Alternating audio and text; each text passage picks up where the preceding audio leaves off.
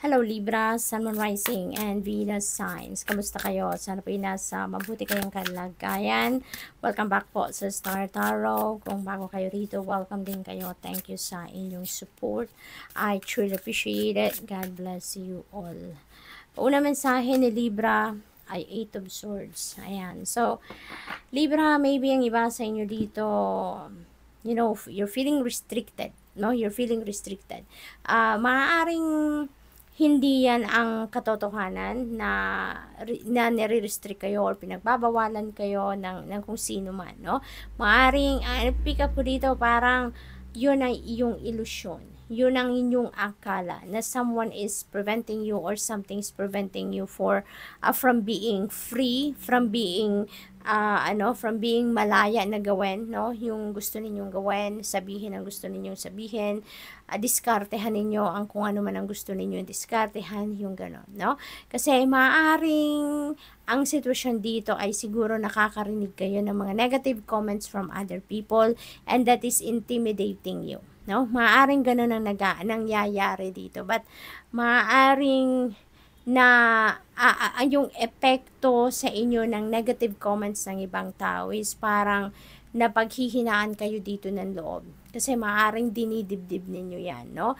Pero, alam mo, Libra, you should also realize na kahit ano man ang sabihin ng ibang tao, negative na mga comments, komentaryo sa inyo, or negatibong mga obserbasyon ng mga tao towards you, sana'y hindi kayo maapektuhan in a negative way ng mga yon. Kasi, kayo lang ang tanging nakakaalam kung sino talaga kayo, kung ano ang meron kayo, ano ang mga talents, skills, and gifts ninyo, ano yung inyong capabilities. Walang ibang taong nakakaalam kundi kayo. Kayo lang ang tanging nakakakilala sa sarili ninyo ng bawat cell ng katawan ninyo or bawat parte ng katawan ninyo. Kayo lang ang tanging nakakaalam niyan, no? Kaya sana hindi kayo nakaapektuhan ng mga sabi-sabi ng mga tao, mga komentaryo ng ibang mga tao, because no one knows, no, except you, kung ano ang kakayanan ninyo. Okay? So, maaring sa ngayon, no, if this message resonates with you, kasi this is a general reading, not everyone could resonate with this specific message, okay? But if this message resonates with you, sana wag nyo nang pansinin ng mga negative comments na nakakarating sa inyo kung meron man, okay? Wag na ninyo silang pansinin, don't entertain them, and mag-focus na lang kayo sa inyong sarili. Kilalanin ninyo mas lalo siguro ang inyong sarili. Pag magpursige kayo na mas maging magaling kayo sa kung ano man ang mga ginagawa ninyo, because success is the best revenge, 'di ba? Instead na magpa-down tayo sa kung ano man ang mga sinasabi ng ibang tao sa atin, mas magpursige tayo, and let's prove them wrong. 'Di ba? Kayo lang tanging nakakaalam ng kung ano ang inyong kakayanan. Kaya huwag kayong maniniwala sa mga paninira ng iba, okay? We have the world. There is travel dito for you, Libra. Maaaring international travel ito kasi the world, no?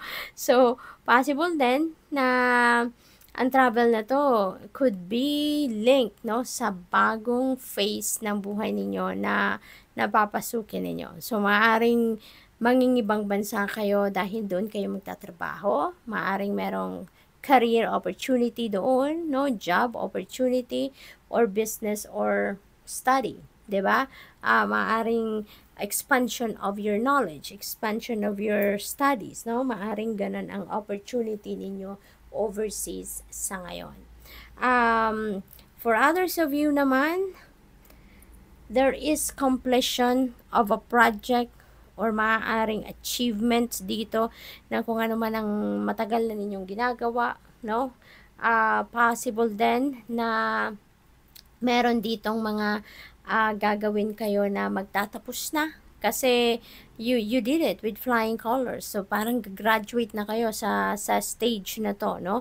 And with that success, no, that is going to open up new doors para sa inyo, at marami pa kayong opportunities and possibilities dito na you're going to embrace, no? So good luck to that. We have Four of Swords na pagod. si Libra. No, kaya kailangan ninyo magpahinga. You're being invited here to rest, no? Kalma. Kalmahin ang inyong sarili, magmuni-muni, magnilay-nilay. Alright? Kasi maaaring ito napagod kayo dito sa pagfo-focus ninyo dito sa mga bagay na na-accomplish ninyo. Possible then na na-stress kayo dito sa Eight of Swords energy. So, either or, ano man ang iyong naging sitwasyon, no? Iniimbitahan kayo dito na mag-rest kayo. Iniimbitahan kayo dito na magpahinga, no? Mag-reflection time kayo kasi maaring kailangan din ninyo yon, no? Mag-connect kayo sa inyong sarili. Maari din ang iba sa inyo dito na pagod ang puso. Kasi may heart.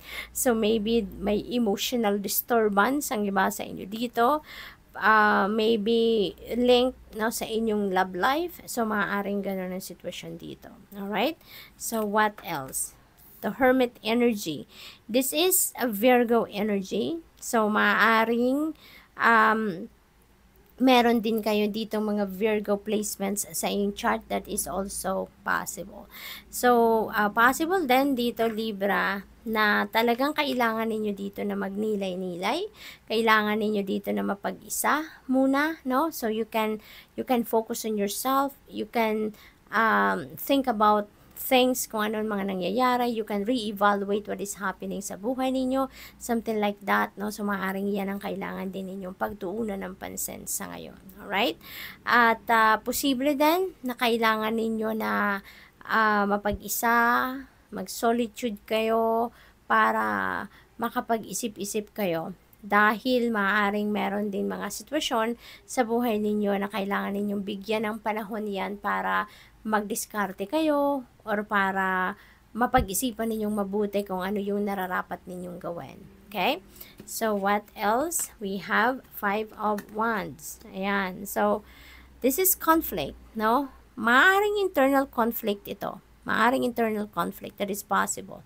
Maaring meron kayong iniisip gawin at naguguluhan kayo. Maaring meron kayong iniisip gawin pero hindi ninyo ma-figure out yung direction na tatahakin ninyo at this time. Alin ang uunahin ninyo or which way is better, no? Parang ganon.